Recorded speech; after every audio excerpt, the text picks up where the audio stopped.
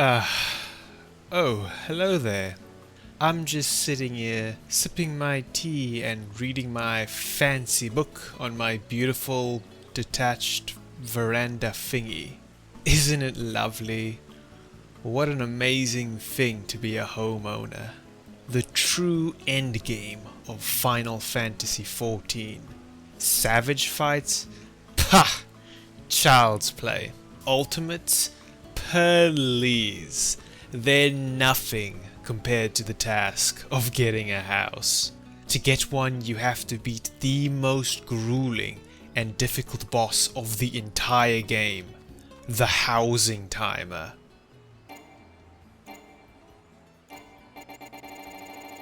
This fight is unique in that it's also a PvP fight at the same time, which makes it even more stressful. Only the most steadfast and dedicated would be able to do it. But even then you won't get the house you want. You'll get to stare longingly at the plot you actually want, but will never own it because the housing system is a cruel mistress who doesn't care about your joy. No, Loken, you can't own a riverside house. Live on the hill so you can stare at the house you want, she said. Be sad and dissatisfied with your lot, she said, just like you are in real life. It's kinda silly how bad the housing system currently is. But I digress. We're not here to talk about that. We're here to have a look at my house. Because what's the point of owning one in a video game if you're not gonna have people look at it? So let's head on inside. Here it is. Now, I'm sure there's one thing that almost immediately jumped out to you, and that obviously was this area over here, where I kept all my plethora of trophies and unique little trinkets that I've collected over my time playing this game. You know, it's kinda neat. Oh, what am I saying? Of course that isn't what you first noticed when you walked in here. What you first noticed was my giant library, where I collect a plethora of books and things that I enjoy doing research about. This book here is especially interesting. It's titled The History of the Ellison. I'm busy doing my research. But yeah, I thought a quick peek in here would be, quite nice. Though for some reason, I have a feeling you guys really want to hear a bit about foxes. Just something's telling me this. I know. Let's go over the lore and history of the Foxy Lady FATE in Yangtze. But first, read the description of the fox pup minion.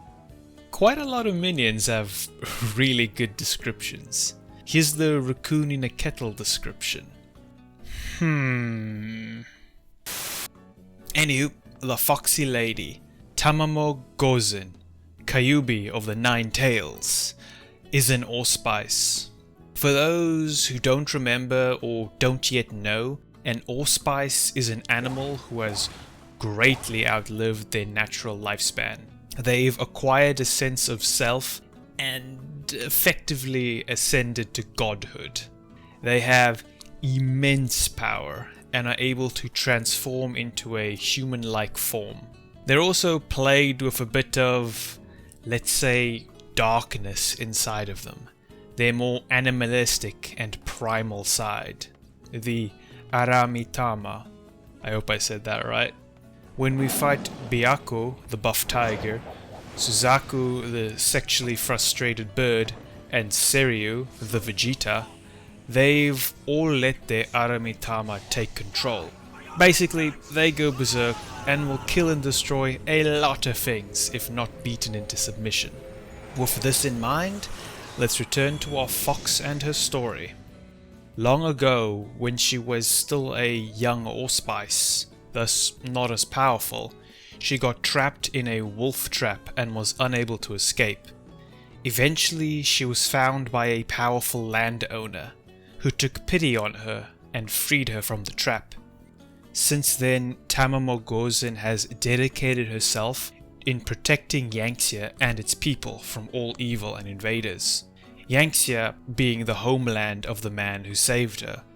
The landowner later created a shrine to the fox and gave her offerings of thanks, and it turned into a tradition where the people of Yangtze would leave her offerings at her shrine as just a thank you for protecting them. But then Garlemald happened. In Garlemald's initial invasion of Doma, when they arrived in Yangtze, Tamamo actually fought against them, but wasn't strong enough and fell in battle against the Magitech weapons.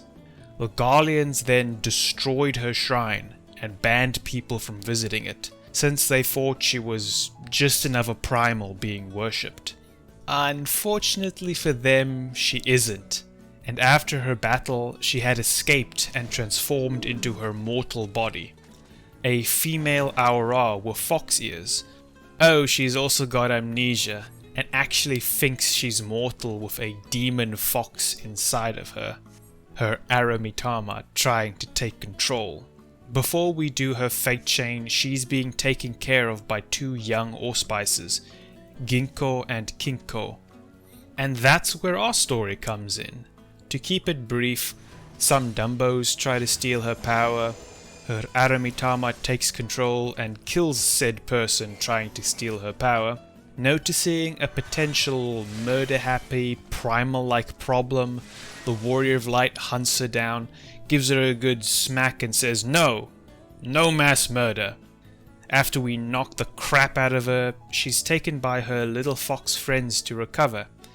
And we get a rather interesting named achievement. Naughty.